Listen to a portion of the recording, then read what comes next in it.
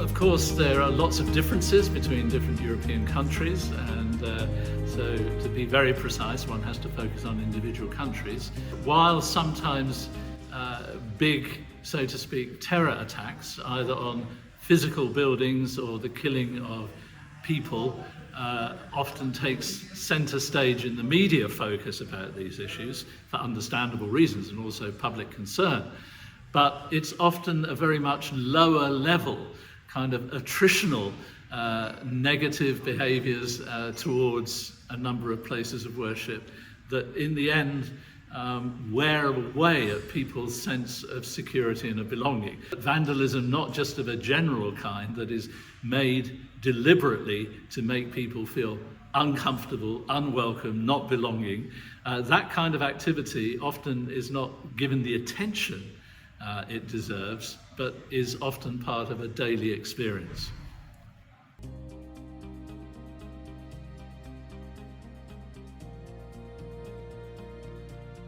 The criteria used, for example, by the police forces and by the authorities in different countries for recording these things is different.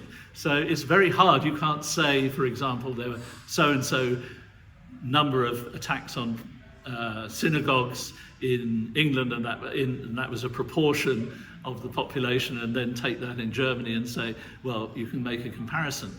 It's not easy to do that because the criteria of the collection are not the same.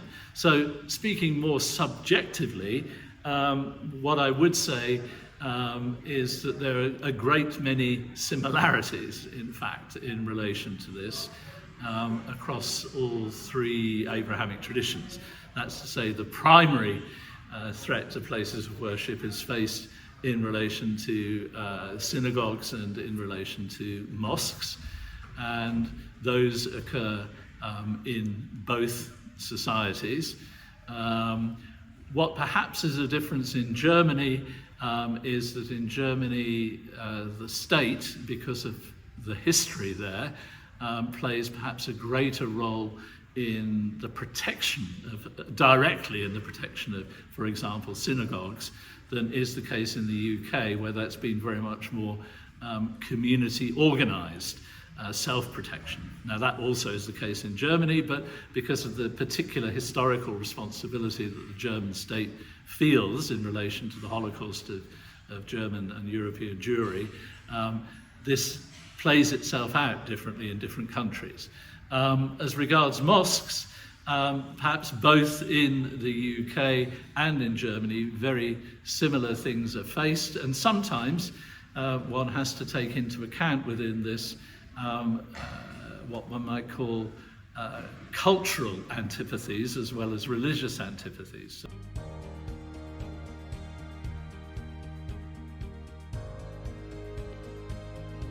It's very important that they engage in strengthening the security of places of worship on what in German people say auf Augenhöhe, so that it's not a talking down to a place of worship that doesn't know how to do it, but it is about bringing expertise from wider fields of security that have been developed in relation to other public places, for example, but recognizing that when trying to implement some of those measures in relation to places that are places of worship, there are other dynamics, other factors that the state needs to take into account there. And that means entering into a proper dialogue with those who lead these places of worship, so that the measures that are developed, whether in terms of kind of human resources and guards and so on, or whether in terms of video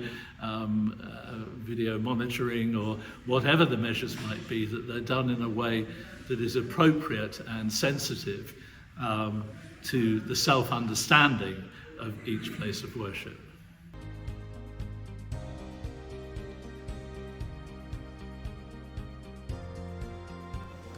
I have. First of all, because months ago we had a very serious attack in a church in Algeciras. One person was murdered with a knife, And we had never seen this before, at least since I was a kid, and it was very serious. And there has been an increase also in painting, vandalizing the churches, the places of worship, also thefts, some anti-Catholic speech by some ideologies, because there is pretty much political tension right now in Spain.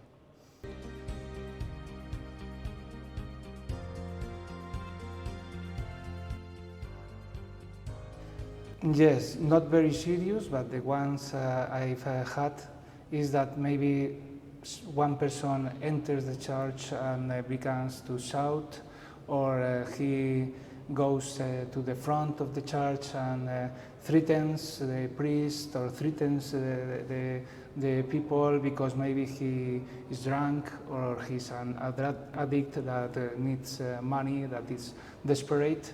And these kind of incidents are the ones that happened to me personally.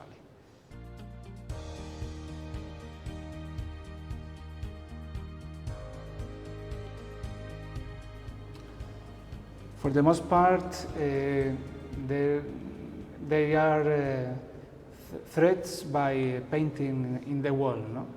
Churches have anti-church or anti-Catholic church or anti-Christianism messages painted, but also synagogues, also mosques. No, these two by mostly extreme or right-wing groups, and the other ones mostly by extreme left groups. No?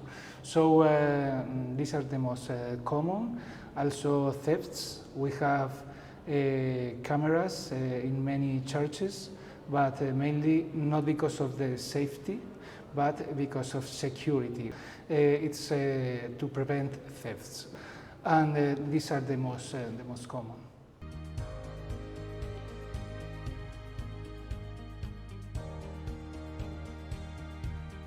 I have to confess that in most of the churches here, we don't have a plan. We don't have measures. We don't have a protocol. And they are big public places. For example, this building we are at has a protocol published and sent to the authorities, and a series of measures that our churches, in many cases, we don't meet these requirements. No? So we have work to do here.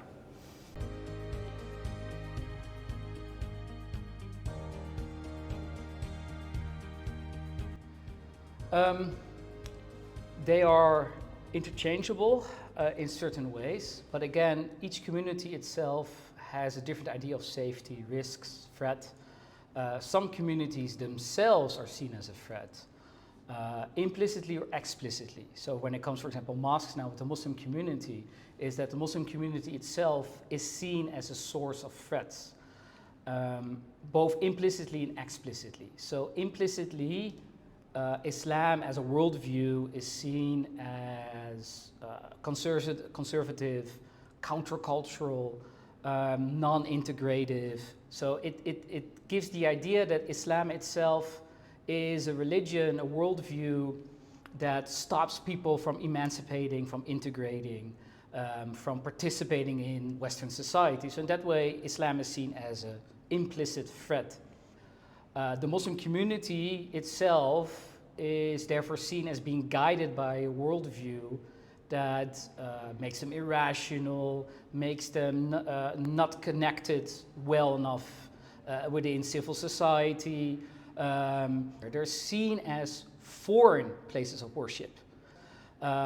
Sometimes, of course, this is emphasized by the fact that a lot of mosques are forced to call themselves cultural centers. So even though they're mosques, they're also, for example, called the Turkish Cultural Center or Moroccan Cultural Center. They are not also really seen as being victims when threats happen to them. So when attacks from vandalism to terrorist attacks towards mosques happen, you can see these very double responses that, of course, there are people that sympathize with it and also want to help Muslims. At the same time, you have others that see it as justified. That there's always this sort of justification towards seeing mosques as places where a type of mindset is sustained and taught, which make Muslims the eternal other in that sense. So therefore, safety, security, threats, risks with Muslims is that they are rarely allowed to be victims, even though they sometimes are. And when things happen to Muslims when it comes to vandalism, I have had experiences with where Eid prayers, festivity prayers, where we had guards guarding us, private guards guarding us. And that also even the police came, and not to protect us, but sort of more look at the fact that we had private guards protecting our public prayers. You know, the environment, the social environment, the municipality and other elements around us will see us as this source of social disorder. That like, oh, if we don't have the mosque, then these things would not happen. So instead of helping the mosque or protecting the mosque, then the mosque is seen as a place that causes disruption of society itself, even though they're the victims. So it's very difficult for mosques to navigate these, especially because they're run by volunteers. This is also a very important point as well. Mosques are not run by specialists in these issues. They're run by an elderly generation that has the time to be volunteers, and a lot of them are lower educated. And of course, this is now changing a lot. There's a multi-generational aspect to it, that new generations are stepping in and started to run the mosques, and they are becoming more assertive. But still, that is still not enough for them to fully know how to navigate this issue.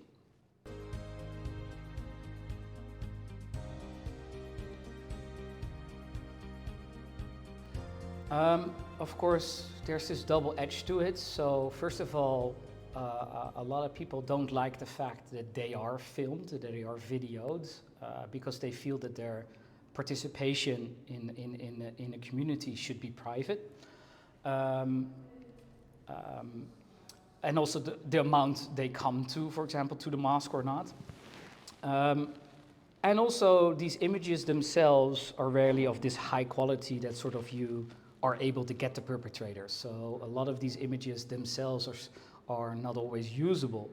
But at least they can show that the incident has happened, because it had, for example, Muslims themselves, again, because they are not viewed as justified victims in that sense, that they're as realistic victims, they are sometimes accused of causing these events themselves. So at least, for example, those video materials will help them to show that these incidents really happen, and they still underreport them. So even though they have images, they still underreport them because they don't want to feel as this source of disorder within society. So technology does certainly help. We know also that simply having video cameras already takes down the possibility of vandalism way down. So it is a self-protective way that, because there are cameras, a lot of people will not do the vandalist act they were maybe planning to do. So yes, technology in that way is important, but of course there's this edge between idealistically, of course it should not be needed, and it takes away the natural way of entering these places of worship. Imagine you're in the mosque in the way that you also feel the cameras in an airport, that sort of everything is videoed, what you're doing, where you are, and that there are no private spaces almost, and that you as an adherent of that religion entering that house of worship are reminded constantly that even your house of worship is not a safe space, is something that that enters into your own emotional experience, that is mixed up with your religion, that's going to be mixed up with your idea of that you cannot put your guard down as a believer.